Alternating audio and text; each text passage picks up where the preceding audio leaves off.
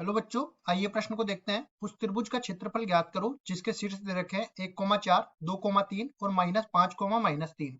प्रश्न को हल करने से पहले इसकी मुख्य अवधारणा के बारे में चर्चा कर लेते हैं। मुख्य अवधारणा देखिए, अगर कोई त्रिभुज दे रखा है उसके शीर्षों से उसका क्षेत्रफल कैसे ज्ञात किया जाता है वो हम लोग यहाँ पे बताएंगे। जैसे मान लो ये त्रिभुज है, इसको मैंने नाम दे दिया ABC और इसके निर्देशांक अपनी तरफ से मान लिए x1 y1, x2 y2 और x3 y3। इस तरह से निर्देशांक मान लिए मैंने।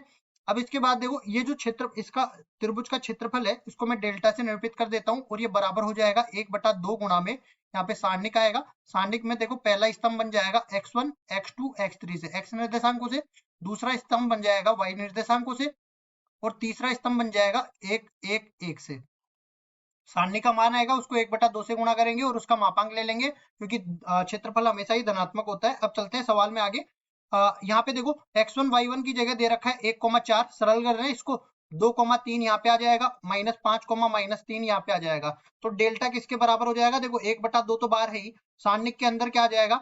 1, 2 और -5। इसी तरह दूसरे स्तंभ में आ जाएगा 4, 3, -3, ये आ जाएगा 1, 1, 1। ठीक है, इसका सारणिक और ये पूरे का मापांक।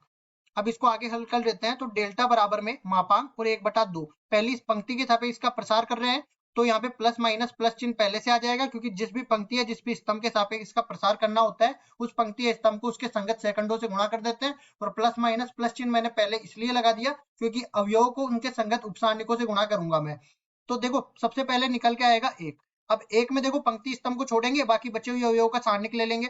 3 गुणा में 1, 3 के बराबर हो जाएगा और इसमें से घटा देंगे -3 और 1 का गुणा जो कि -3 के बराबर होता है। तो -3 को घटाएंगे मतलब माइनस माइनस प्लस हो जाएगा, तो प्लस का 3 आ जाएगा। फिर -4, क्योंकि माइनस यहाँ पे लगाया मैंने। उसके बाद देखो, पंक्ति स्तंभ को छोड़ेंगे, 2 को 1 से गुणा करेंगे 2 के बराबर और -5 गुणा 1 का गुणा घटा देंगे तो माइनस माइनस प्लस का हो जाएगा।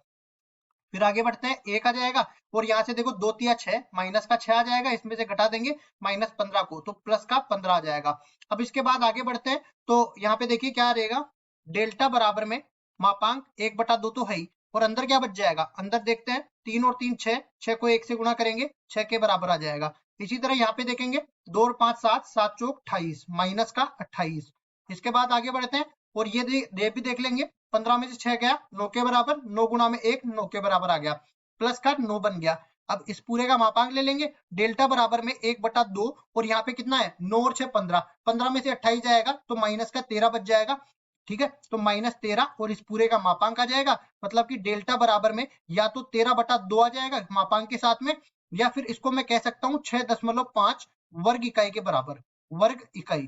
तो जो क्षेत्रफल है वो या तो 13/2 वर्ग इकाई आ जाएगा या 6.5 वर्ग इकाई आ जाएगा। यही हमारा उत्तर है। आशा करता हूँ ये सवाल आपको समझ में आया होगा। धन्यवाद।